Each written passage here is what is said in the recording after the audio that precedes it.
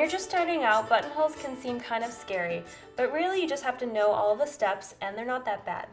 They're pretty versatile. It's a good thing to know how to do. You can use them on garments, obviously, but you can also use them on bags, like this tote bag. There's a little tab that has a button closer on the top. You can use them on lots of home decor projects. You can use them to put drawstrings and things. So it's a really, really versatile skill and a good thing to tackle. So we're going to learn how to do a buttonhole on the Singer 1234. I have here a replica of the tab from that tote bag. So the first thing we need to do is actually mark it so that we know where to put our buttonhole.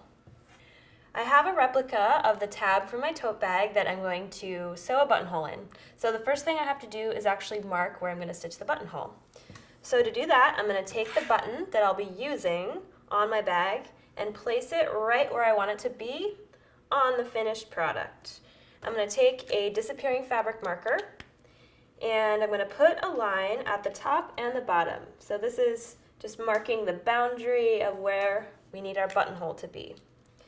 Now I'm going to take a straight edge and connect those two lines with a vertical line. So I'm basically making a capital I shape.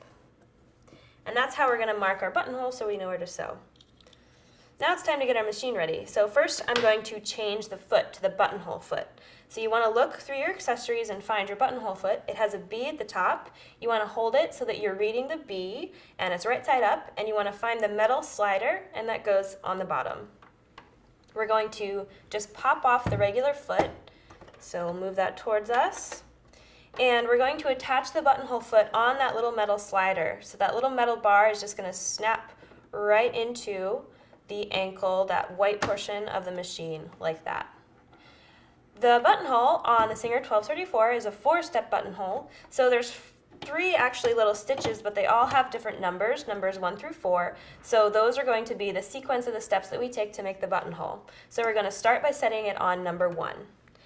And the buttonhole starts at the bottom of the I, so that's the portion that we're going to line up in the foot.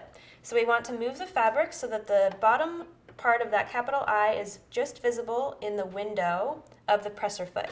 And you can even hand crank the needle down towards the fabric just to make sure it's really lined up. And you want the vertical line of the letter I to be centered on that open window.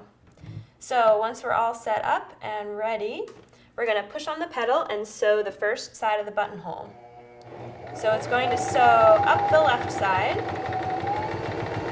And when we get to the top, to our other mark on that capital I, we're going to stop. We need to finish our stitch, so we're going to turn the hand wheel towards us until our take-up lever comes back to the top, and then we're going to switch to number 2. And that's going to sew across the top of the buttonhole. It's called a bar tack. And you really only want to sew about 10 or so stitches just so it doesn't get too bulky. We're going to then finish that stitch by turning the hand wheel till the take-up lever comes up, and we'll go to stitch number 3. That's going to stitch down the other side of the buttonhole. So we'll go ahead and do that. And then when we get to the bottom, we'll stop again, finish our stitch, and go to stitch number 4. That's going to sew another bar tack, this time across the bottom of the buttonhole. Again, we'll stop after about 10 or so stitches, finish our stitch, lift our presser foot, and pull out our buttonhole. So at this point, what you can do is take a hand sewing needle and thread the upper threads through the hand sewing needle and bring them to the back of the fabric, and then just tie a knot. And then the very last step is opening up the buttonhole. So to do that, we're going to take some straight pins, and we're actually going to put them through the top and the bottom bar tacks. This is because we're about to cut through the fabric, and we want to make sure that we don't accidentally cut the stitching that we just took the time to do. So the pins are going to protect those bar tacks and make sure they don't get cut by accident. So once you have the pins in at the top and the bottom, we're going to take our seam ripper and stick it right down in the middle of the buttonhole and carefully slice through the fabric without slicing our stitching to the end.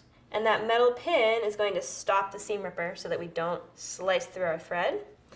We'll turn it around and do the exact same thing on the other side all the way to the end. Take out our pins, and then our buttonhole is totally done. Super easy.